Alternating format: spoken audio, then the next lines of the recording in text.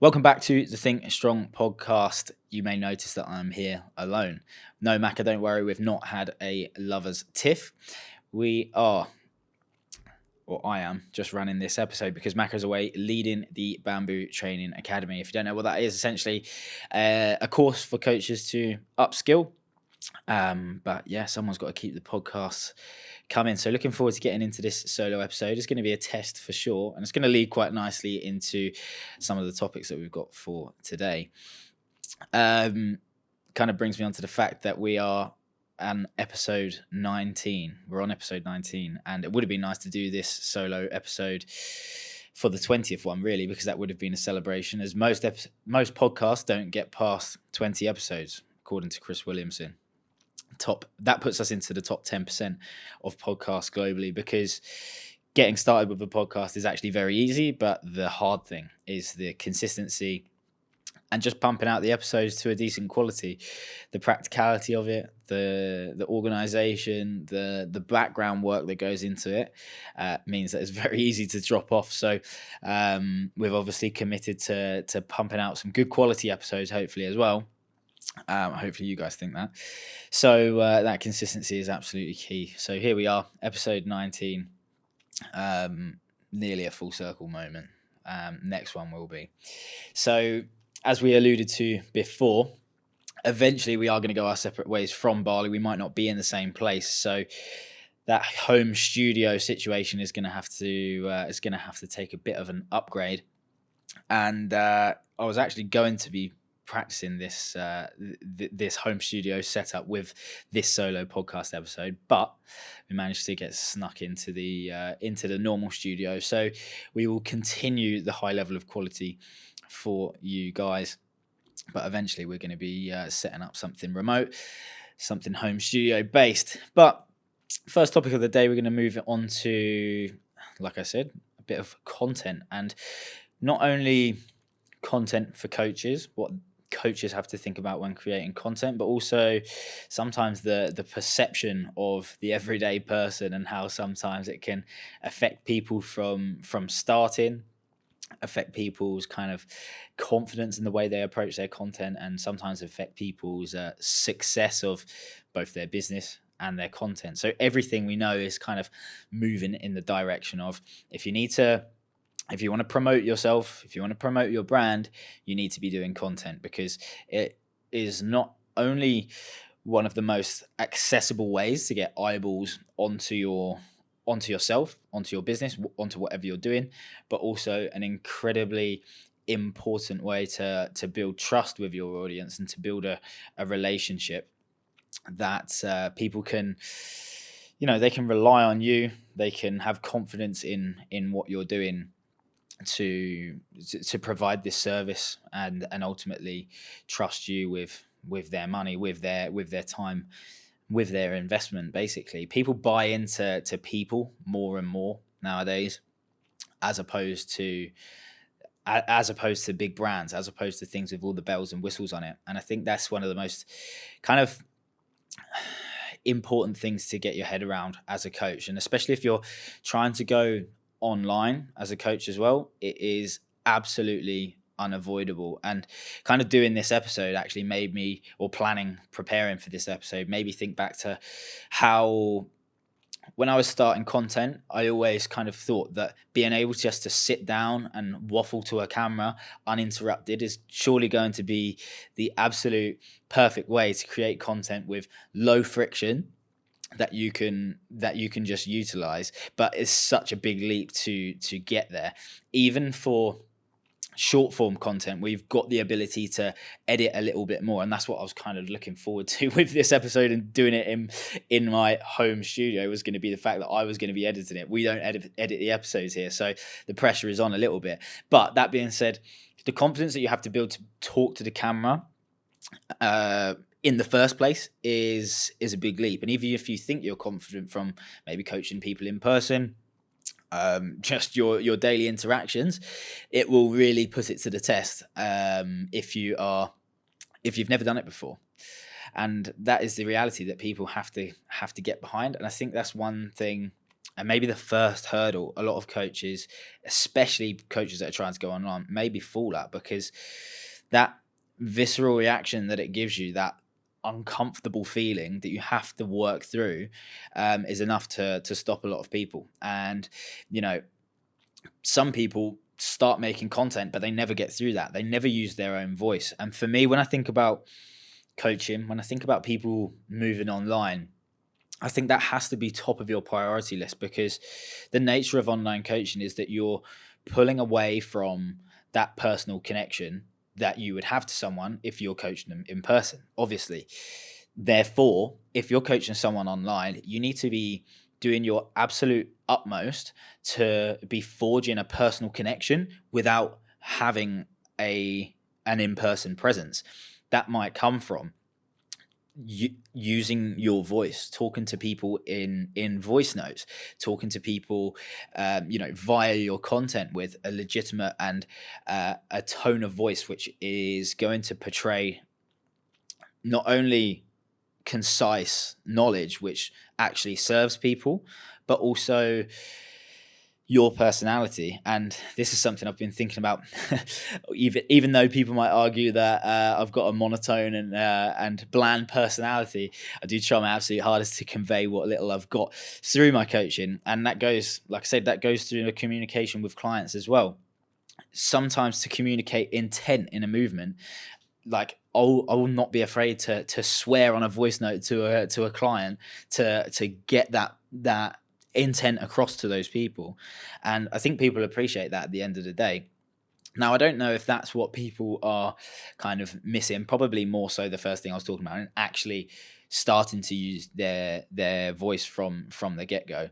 And it's a gradual process for sure, and it's a muscle that you have to train. Like, I can remember filming myself in gyms, in busy places, and just places which are just so inappropriate for recording content. And it's just quite simply a muscle you have to train. And if you're not willing to do that, I think the things that come after it are not even worth entertaining. So it very much is top of the list for people, and a lot of that might come down to your perception of what other people are going to think about it. Tall poppy syndrome is definitely a thing in the UK. In Australia, I mean, those cultures are very much aligned, but basically the same, to be honest. So you would expect it. And some people just think that you wanting to talk about what you do, you post in your training, you post in various different things, is purely arrogance. Unfortunately, I don't think you're ever going to really change the opinions of people that think that way. But the confidence you can have in that is that those people are probably never going to work with you anyway. So it's about understanding that your content is not going to be for everyone. It's probably going to make people unfollow you or make people think that you're a twat. And I've definitely been through this process as well. But that is what forms not only the ability to be more articulate in the content and the things that you're saying later on down the road, but create that thick skin that you're not going to be worried if something goes wrong.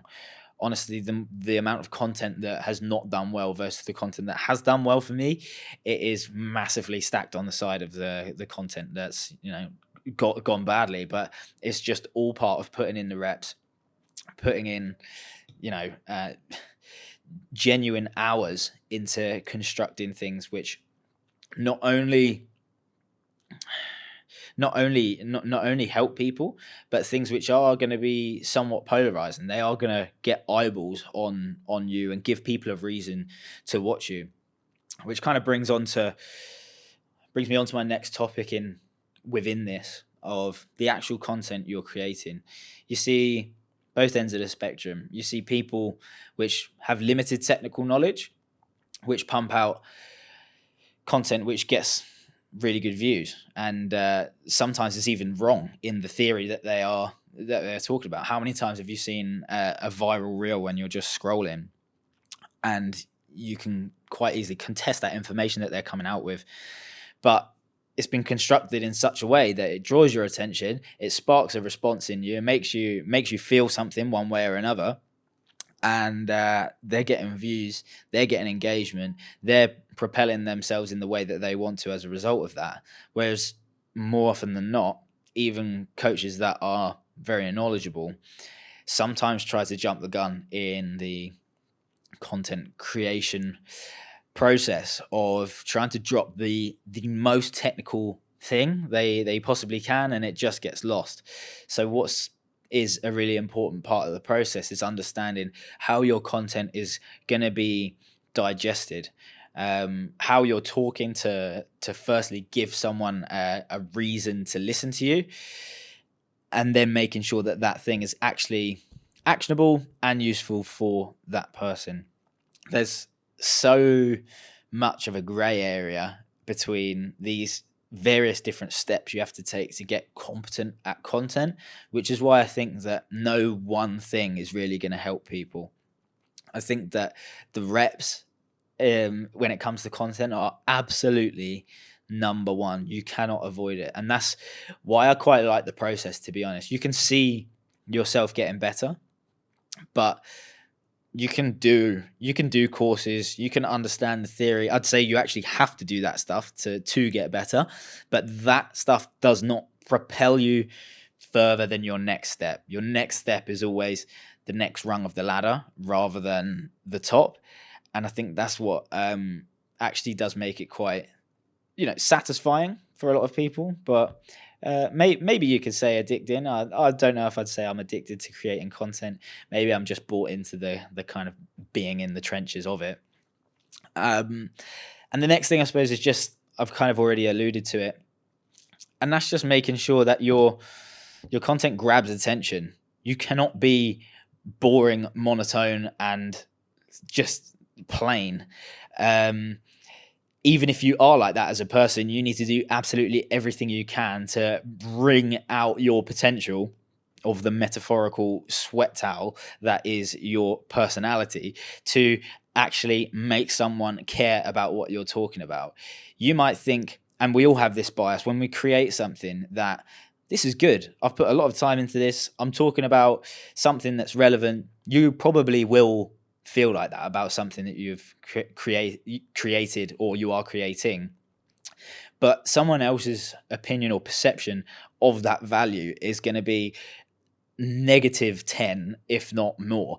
You have to absolutely optimize for the most ADHD, the most brutal audience.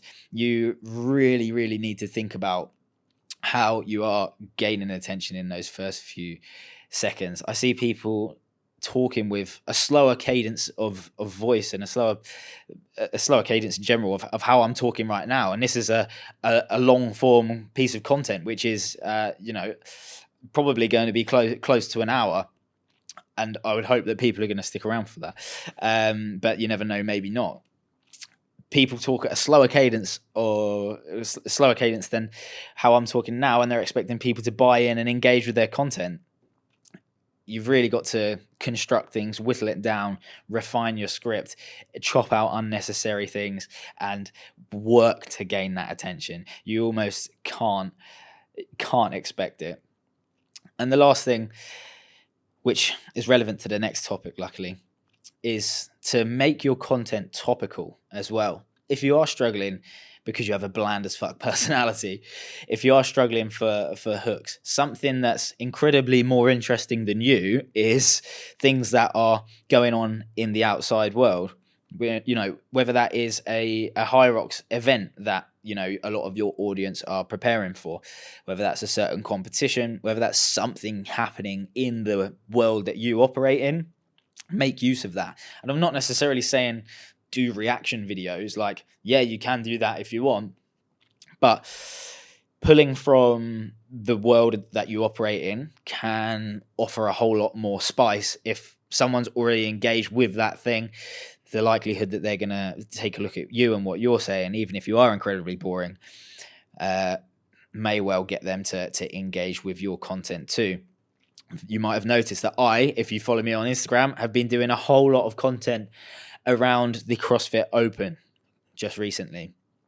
And in my experience of previous years, that's been, that's been a good one, because it's consecutive weeks, and that's something that you can leverage with your community, and people care about it. People care about how they're performing the CrossFit Open. Therefore, things that directly help them for the CrossFit Open that's coming on that weekend can be really valuable. So let's park the content bus there.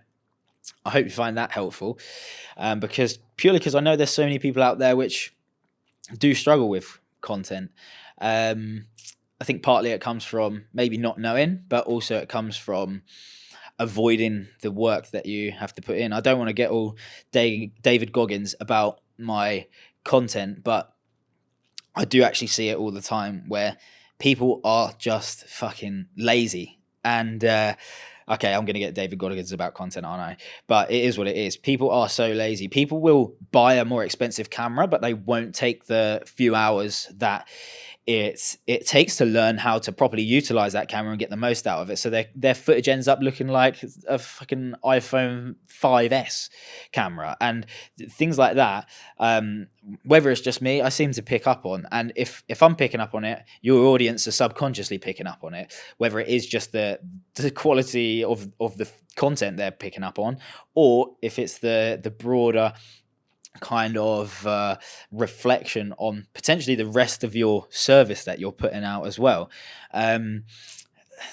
Just do the work and accept that it's a necessary evil, and if you're not going to put in the time for it, how can you expect someone to one, pay attention to what you're saying, and ultimately build the trust that you're wanting to for them to then go ahead and work with you? Anyway, I said I was going to park the content bus there, but we rolled forward, so left the handbrake off. Moving on to the CrossFit Open. My personal experience with the CrossFit Open this year was quite a funny one in the first workout. I'm guilty of not really enjoying the first workout of the CrossFit Open every year, and this one was kind of epitomized by pulling my back in the warm up, which is pretty embarrassing, to be honest, but not something I would ever want to make a habit of. I'm not sure I've ever done that before, but there you go. It was probably the second set of wall balls I was doing in the warm up, and managed to pull something in my upper back, which is kind of ongoing. It's an old rugby injury. I think I did a good amount of damage to my rhomboid when I was about 17 in one of my first senior games, getting absolutely crumpled by someone significantly heavier than me at the time, and basically collapsed my shoulder. And I've been dealing with the fallout of that for a very long time. But kind of every 2 years, it seems to show its head, and this time at a very bad point. But still got through the workout. Wasn't particularly happy with my score. But moving into the second week, I was feeling recovered and was happy with my score on 26.2. Finished in 11 minutes, 1 second. And I think maybe there's 20 seconds or so in there if I was, performing things in an environment which didn't include 100% humidity all of the time, sweat dripping off, and, the physiological responses as a result of all those things.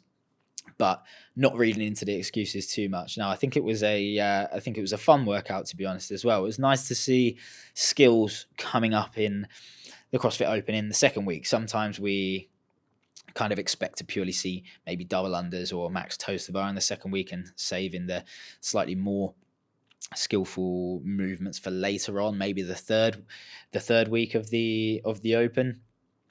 In this kind of current generation of the CrossFit Open workouts, anyway, I know before it wasn't quite so accessible and beginner friendly, but I liked it. I have heard some rumors that maybe they designed those workouts to be in a slightly different order. So 26.2 was supposed to be 26.3, and 26.1 was supposed to be 26.2. So maybe we'll get a curveball of 26.3 being something which is very accessible and very much kind of first week of the Open related, as we've seen in previous years, like dumbbells, burpees, things like that. I don't think so personally. I think, well, I'd like to hope anyway. I think we'll see maybe a basic gymnastics movement, toes to bar or handstand push-ups. I definitely think we're going to see a barbell 100% think we're going to see a barbell, a clean and jerk variation, maybe even shoulder to overhead. Burpees, I think, are almost definite, and I think probably a row as well. And I think it's going to be a slightly longer duration. Again, I would hope so. After 2 workouts, which are, what do we have? 12 minutes and 15 minutes. I'd like to see something slightly longer, or it might go the other way and be really short. I think we're going to see something slightly longer, to be honest. Now, something that I've actually found very useful through this year's Open, and I don't remember using it too much in previous years, and that is the use of AI. And that's something I want to touch on. AI, online coaching, and the reality of it in the future. It can be frightening and scary when you look into the future and you see what people are talking about, how AI is going to make hundreds of people redundant. It's going to make the jobs completely automated, and it's coming for us, basically.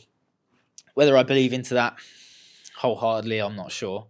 But for online coaching specifically, there's positives and there's, well, it depends which way you want to look at it. There's positives and there's positives. Yeah, I mean, where I think AI is incredibly useful, and I think that there's no kind of hope for coaches to keep up with the accessibility of AI, is data entry and how effective and fast it can be at providing you with split times, with pacings, with how your scores rank on the world stage. If we're talking about the Open, you can get a 30-second, if not less, half a second response on things that you could potentially change within your strategy to then go ahead and implement that, in your redo or whatever it may be. Obviously, that's not completely comprehensive, but when we look at timings and breaking things down, very, very helpful to have that at your fingertips. Where it's not going to understand things is like the cost of a movement. I seem to remember an example that we've spoken about on the podcast before about legless rope climb technique and what ChatGPT thought was the most efficient. And it was quite an interesting one because it brought up the fact of this must be the most efficient technique because it's more A to B, but it didn't understand that performing that technique was a lot more taxing on the body and would create a lot more fatigue and was much more reflective of what was a strict contraction, specifically legless rope climb technique of kind of keeping your legs short and underneath you and like hopping up the rope was what ChatGPT was saying was more effective because it was more A to B, makes sense, versus keeping your legs long and almost swinging your legs up and walking up that rope with long legs. That was saying that you're using too much lateral movement and you're swinging your entire body. Therefore, it was less efficient. But that movement and how you're moving in that way is significantly less taxing than what is basically like an explosive contraction into somewhat of a strict contraction after that. And that's something that kind of was an interesting experiment to run. And I think that is going to kind of be the constant theme when you look at AI's implementation into the world of functional fitness, into the world of movement quality. Now, we've already seen that AI has improved significantly in the 1 year it's been out, accessible to the public. The various different things you can do, even like the content and the AI slop that you see on Instagram is improving tenfold. So my statements here might not be particularly relevant in years to come, but when you look at the actual breaking down of movements, the understanding and the nuances that coaches have, not only from experience, but also potentially from doing it themselves, I think is still never going to be matched when you try to plug and play something from the AI world into actually coaching. ChatGPT has never done a ring muscle up, has it? And although I might be risking my life when the machines do eventually take control in saying that, I'm pretty confident that being able to describe something and articulate something from experience, both coaching and actually doing it yourself, is significantly more valuable than when you are asking something which has never had that experience. Especially if you're a coach, or if you've been involved in content, or even if you've seen it on social media, a lot of people use ChatGPT for their captions. And although it might be a incredible efficient time usage, a lot of the time ChatGPT mixes up its cues and just kind of spurts out terminology from that niche, which doesn't actually make sense if you pay attention to it.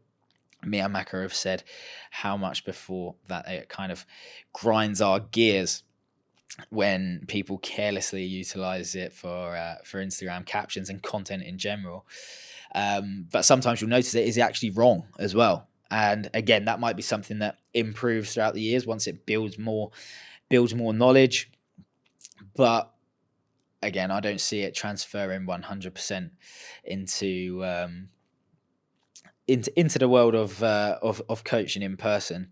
And that brings us to a nice natural finishing point for our first solo podcast experiment. Slightly shorter than a normal episode, but that's what happens when you have no one to bounce your talking points off. It's going to be quite funny if you were listening to the episode from earlier on when I was referring to trying to talk for an hour. But you tend to rip through things quite quickly when you're on your own. But nevertheless, I hope you've enjoyed it, and I hope you've found my dulcet tones not too painful.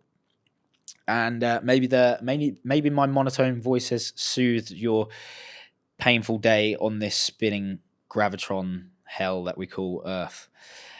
Not really. But thanks for sticking around.